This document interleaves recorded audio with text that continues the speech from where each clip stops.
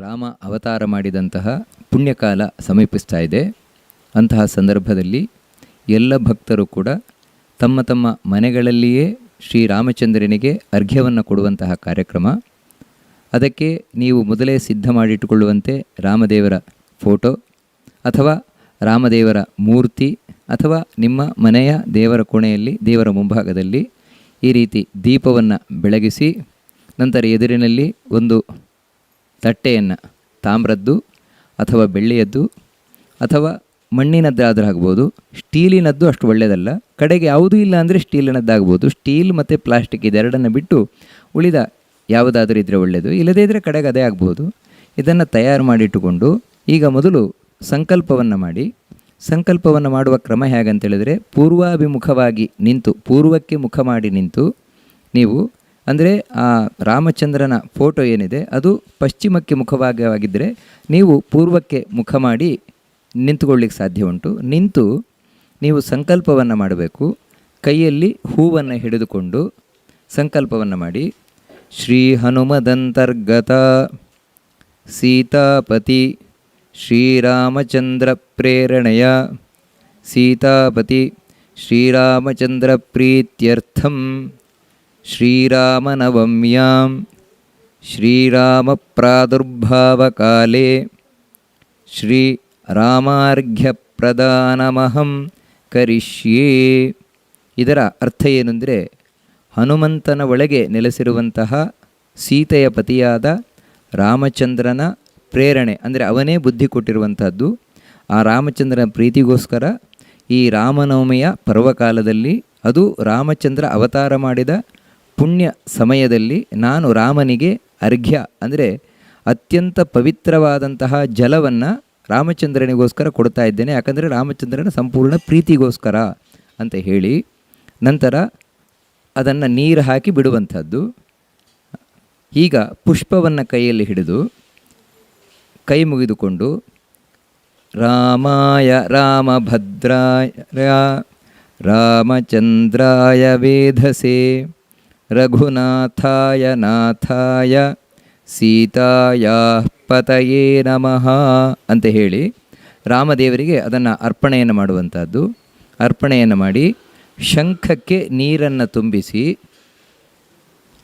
ಶಂಖಕ್ಕೆ ಪೂರ್ಣವಾಗಿ ನೀರನ್ನು ತುಂಬಿಸಿ ಶಂಖವನ್ನು ಕೈಯಲ್ಲಿ ಹಿಡಿದುಕೊಂಡು ಮಂತ್ರವನ್ನು, ಈ ಮಂತ್ರವನ್ನು ಹೇಳಬೇಕು. ದಶಾನನವಧಾರ್ಥಾಯ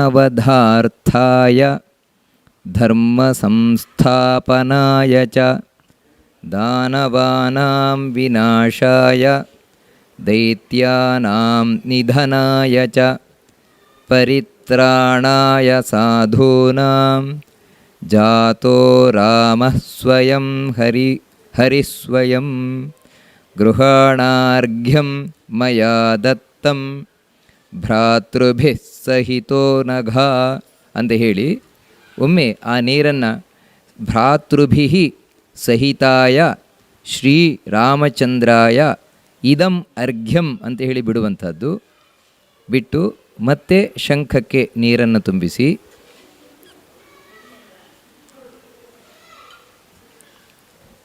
ಕೌಸಲ್ಯ ಗರ್ಭಸಂಭೂತ ಸದಾ ಸೌಮಿತ್ರಿವತ್ಸಲ ಜಾನಕೀ ಸಹಿತೋ ರಾಮ ಗೃಹಾಣಾರ್ಘ್ಯಂ ನಮೋಸ್ತುತೇ ಶ್ರೀಜಾನಕೀ ಸಹಿತಾಯ ಶ್ರೀರಾಮಾಯ ಇದಂ ಅರ್ಘ್ಯಂ ಅಂತ ಹೇಳಿ ಬಿಡುವಂಥದ್ದು. ಯಾರ ಮನೆಯಲ್ಲಿ ಈ ಶಂಖ ಇಲ್ಲ ಅವರು ತಮ್ಮ ಕೈಯ ಬೊಗಸೆಯಲ್ಲೇ ಅರ್ಘ್ಯವನ್ನು ಕೊಡುವಂತಹದ್ದು. ಅದು ಹೇಗೆ ಅಂತ ಈಗ ತೋರಿಸ್ತದೆ.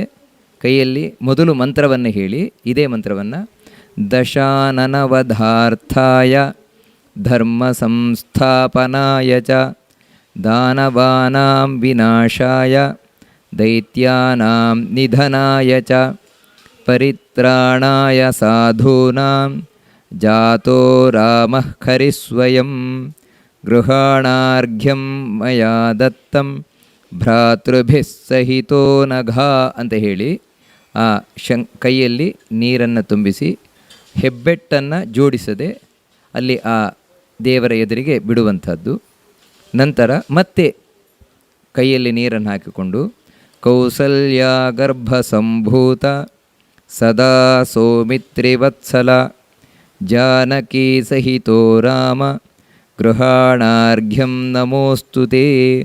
ಜಾನಕಿ ಸಹಿತಾಯ ಶ್ರೀರಾಮಚಂದ್ರಾಯ ಇದಂ ಅರ್ಘ್ಯಂ, ಹೆಬ್ಬೆಟ್ಟನ್ನು ಸೇರಿಸದೆ ಈ ರೀತಿ ಬಿಡುವಂಥದ್ದು. ಮತ್ತೆ ಪುಷ್ಪವನ್ನು ಕೈಯಲ್ಲಿ ಹಿಡಿದು ರಾಮಾಯ ರಾಮಭದ್ರಾಯ ರಾಮಚಂದ್ರಾಯ ವೇಧಸೆ ರಘುನಾಥಾಯ ನಾಥಾಯ ಸೀತಾಯಾ ಪತಯೇ ನಮಃ.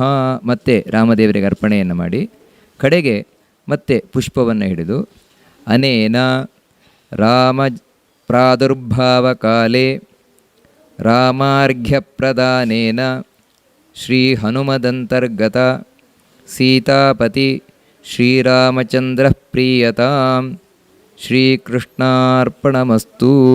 ನೀರನ್ನು ಹಾಕಿ ಅದನ್ನು ರಾಮದೇವರಿಗೆ ಅರ್ಪಣೆಯನ್ನು ಮಾಡುವಂಥದ್ದು.